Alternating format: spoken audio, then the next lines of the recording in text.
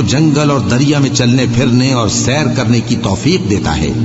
یہاں تک کہ جب تم کشتیوں میں سوار ہوتے ہو اور کشتیاں خوشگوار ہوا کی مدد سے سواروں کو لے کر چلنے لگتی ہیں اور وہ اس پر خوش ہوتی ہیں، تو ناگہاں زناٹی کی ہوا چل پڑتی ہے اور لہریں ہر طرف سے ان پر جوش مارتی ہوئی آنے لگتی ہیں،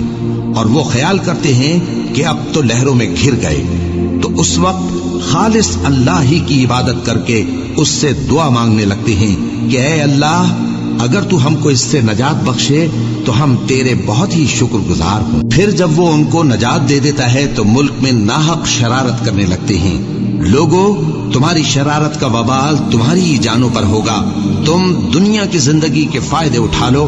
پھر تم کو ہمارے ہی پاس لوٹ کر آنا ہے، اس وقت ہم تم کو بتائیں گے جو کچھ تم کیا کرتے تھے۔ دنیا کی زندگی کی مثال میں کسی ہے کہ ہم نے اس کو آسمان سے برسایا، پھر اس کے ساتھ